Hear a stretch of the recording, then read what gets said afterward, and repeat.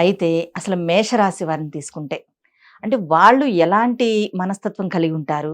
అలాగే ఈ ప్రేమ, భావోద్వేగాల విషయంలోకి వచ్చేటప్పటికి వాళ్ళకి కాబోయే పార్ట్నర్ అంటే వాళ్ళు ఎంచుకునే ఒక పార్ట్నర్ విషయంలో అసలు వాళ్ళు ఎటువంటి లక్షణాలు కోరుకుంటారు మెయిన్‌లీ?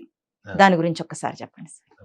హ్మ్. ఇప్పుడు మేషరాశి గురించి అడిగారు. అవును. నిజంగా మేషరాశి వాళ్ళు ఒక అబ్బాయి గాని, ఒక అమ్మాయి గాని భాగస్వామిని లేదా ఒక లవర్‌ని చూజ్ చేసుకునేటప్పుడు వాళ్ళు ఏం చూస్తారు? ఇట్స్ అవును. క్వైట్ ఇంట్రెస్టింగ్ టాపిక్ ఇది. ఓహ్! అది మేషరాశి అంటే ఇంకా ఫుల్ ఎక్సైటెడ్ అది. ఎక్సైటింగ్‌గా ఉంటుంది. ఎందుకంటే మేషరాశి వాళ్ళు బుక్స్‌లో ఏముంటదంటే వాళ్ళది, హ్మ్. మేషరాశి వాళ్ళ జీవితంలో వాళ్ళు చాలా రకాల భాగస్వాములతోని హ్మ్. వాళ్ళకి భిన్న రకాల అనుభవాలు.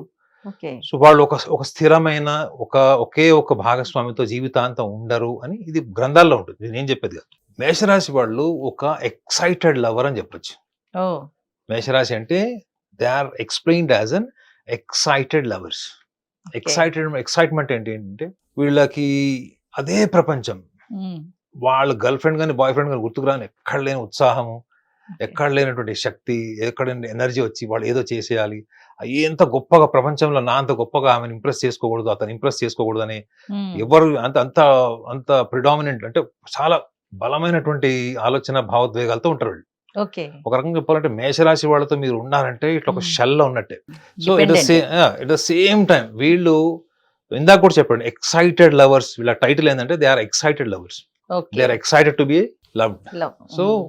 ఎందుకు అంటే వీళ్ళకెందుకు మల్టిపుల్ పార్ట్నర్స్ ఉంటారు? మల్టిపుల్ బ్రేకప్స్ ఎందుకుంటాయి? ముఖ్యంగా అవును. ఇప్పుడున్న జనరేషన్‌లో మీరంత వాళ్ళకి ఇదిగా చెప్పారు గదా! వాళ్ళు చాలా కాన్స్టెంట్‌గా అలాగా ఎవరినన్నా ఇష్టపడితే అలానే ఉంటారు అని చెప్పేసి. దానివల్ల మరి అలా ఉన్నప్పుడు మల్టిపుల్ ఎందుకుంటాయి వాళ్ళకి? అదే హ్మ్. అక్కడికే వస్తున్నాను. అక్కడ అదే. ఏంటంటే ఎక్సైటెడ్ లవర్స్ అంటే ఏంటి మేడం? హ్మ్. ఒక అమ్మాయి ఒక అబ్బాయిని గాని, ఒక అబ్బాయిని ఒక అమ్మాయిని ఆ స్కూలింగ్ ఏజ్‌లో గాని, స్కూల్‌లో ఎళ్ళేటప్పుడు ఒక చిన్న చూపు చూసినా, హ్మ్. ఆ! బస్సులో గావచ్చు, మెట్రోలో గావచ్చు, ఎక్కడైనా గావచ్చు. చూపుల వల్ల పరిచయాలు పెరిగే వరకు ఉండేటువంటి ఎక్సైట్‌మెంట్‌ని వీళ్ళు విపరీతంగా లవ్ చేస్తారు. ఒకవేళ ఇన్ కేస్ వీళ్ళ ప్రేమ విఫలమైతే, యాహ్! వైఫల్యం చెందితే, హ్మ్. అయితే వీళ్ళు కక్ష సాధింపుగా ఉంటారా?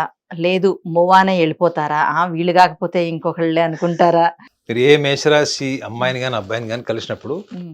మీరు జస్ట్ అడగండి. ఏదైనా ఒక టాపిక్ వాళ్ళది మీకు బ్రేకప్ అయిందా? నీకు బాయ్ ఫ్రెండ్ ఉన్నాడా? గర్ల్ ఫ్రెండ్ అడగకూడదు. ఆ! ఒక టాపిక్ రైజ్ చేయాలక్కడ. ఓకే. అంటే సొసైటీలో ఒక 2, 3 డైరెక్ట్ అడగకుండా. ఒక 2, 3 ఎగ్జాంపుల్స్ చెప్పినప్పుడు హ్మ్. వాళ్ళు ఫట్మని వాళ్ళ అభిప్రాయం చెప్తారు. ఓకే. అబ్బాయి అనుకోండి, హ్మ్. అమ్మాయిలంతా దొంగ మొహాలు ఉంటారు, అట్టుంటారు అన్నాడనుకోండి, మీరు ఫిక్స్ అయిపోతారు మట్టిగా. ఓకే. ఓకే. ఆల్రెడీ ఎక్కడో ఒక బిస్కెట్ స్టోరీ ఉంది. అయ్యింది. చాక్లేట్ స్టోరీ ఉంది. కాబట్టి అయింది అని అర్థం.